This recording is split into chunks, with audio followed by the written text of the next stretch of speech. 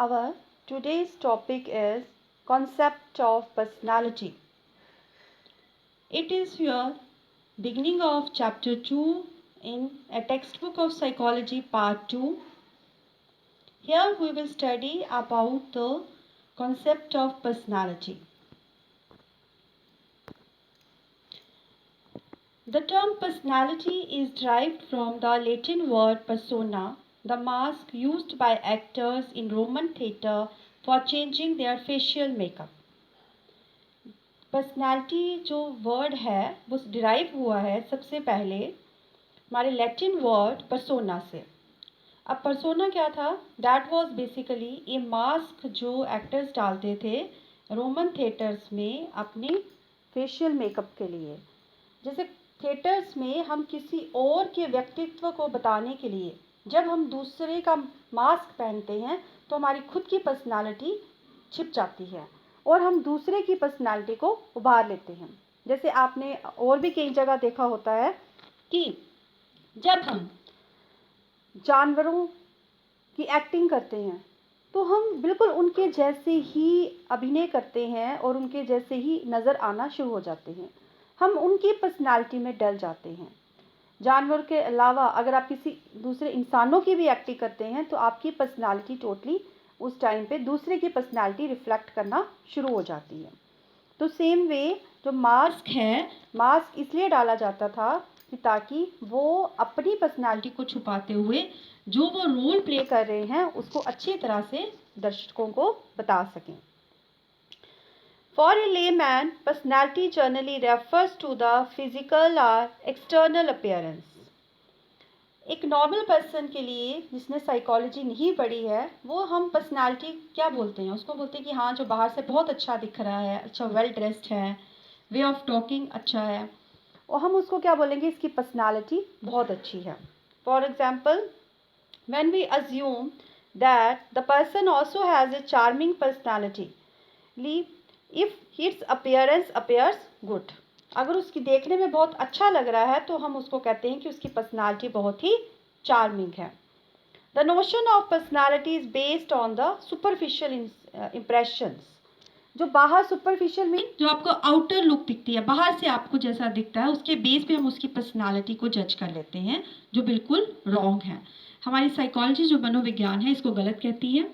उसके total characteristic features को study करना है, ओवर्ट और कोवर्ट, जो हमें दिखते हैं और जो हमें नहीं दिखते हैं. हम बाहर से उसकी आउटलुक, उसके वे ऑफ टॉकिंग, उसके ड्रेसअप, उसकी एक्टिविटीज़ को सिंपल दे के हम उसकी पर्सनालिटी के बारे में जज इन्हें नहीं कर सकते. And also that requires a time also.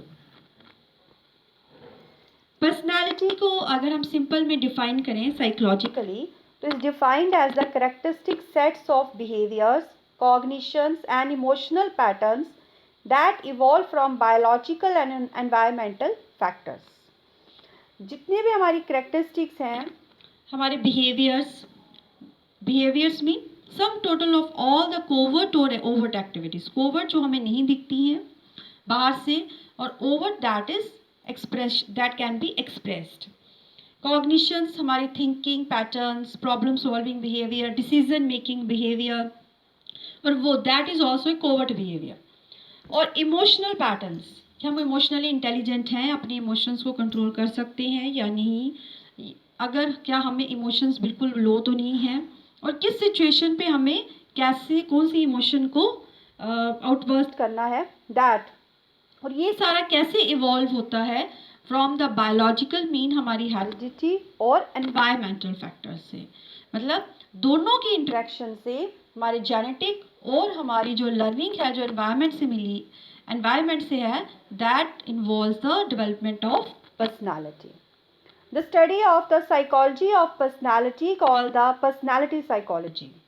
अब जैसे हमने पढ़ा कि साइकोलॉजी जो है that has a wide scope, तो the part of the branch of psychology that studies the personality is called the personality psychology, and it attempts to explain the tendencies that underlie differences in behavior. A main focus ये है कि why the people are different, what makes them different, what are the differences which can be understood through the study of the personality. Now you have a characteristics of personality also. Personality is unique and specific. Yes, unique मतलब दो लोगों की 100% personality same होना बहुत ही मतलब एक तरह से कहो तो इम्पॉसिबल है. तो यूनिक, हर किसी में एक डिफरेंस होगा, तो that is unique. You other same personality can not be located in the world and it is specific to the person. उस इंडिविजुअल की ये उसकी अपनी करेक्टरिस्टिक होगी. It is not static, it is dynamic. Yes, on one way it is said that it is dynamic, that it changes. अब ये change कैसे होगी? एनवायरनमेंट की वजह से. आप स्कूल में थे, आपकी पर्सनालिटी अलग है. आप हायर सेकेंडरी में आएंगे, आपकी पर्सनालिटी अलग हो जाएगी. आप टोटली चेंज नहीं होती है, but there are changes.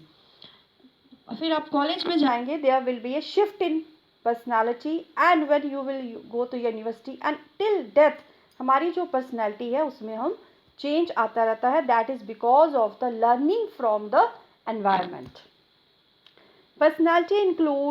Personality is the product of heredity and environment. Yes, heredity से भी जेनेटिक है, जो हमें बाय बर्थ ट्रेट्स मिलते हैं हमारे पेरेंट्स से, और इसकी वजह से हम पेरेंट्स के साथ रिजेम्बलेंस शो करते हैं इन सम ट्रेट्स. और ये जो है एनवायरनमेंट पे भी बेस्ड है, जो हमें एनवायरनमेंट प्रोवाइड किया जाता है पेरेंट्स के द्वारा, स्कूल के द्वारा, सोसाइटी के द्वारा. इन दोनों के प्रोडक्ट से ही मिलती है. Personality includes all the behavior patterns, that is cognitive, affective and psychomotor. Yes, सारे behavior patterns को मिला के personality बनाई जाती है, not only from the outer look. Cognitive, your thinking, that is not overt, reasoning, problem solving, decision making capacity, ठीक है. Mental abilities, mental processes और cognitive. Affective means emotional.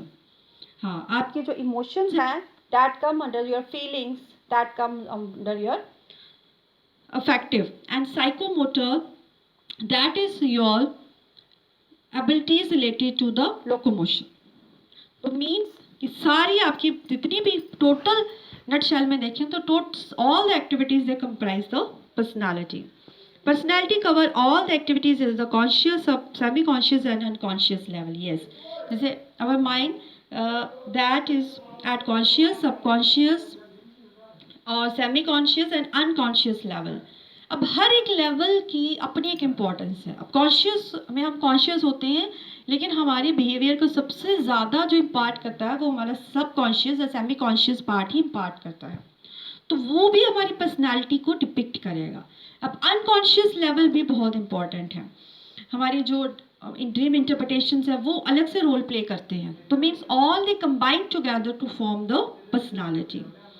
Learning and acquisition of experiences help in the development of personality. Yes, learn कर रहे हैं life की हर stage पे हम learn करते हैं. Learning starts from the birth and continues till death.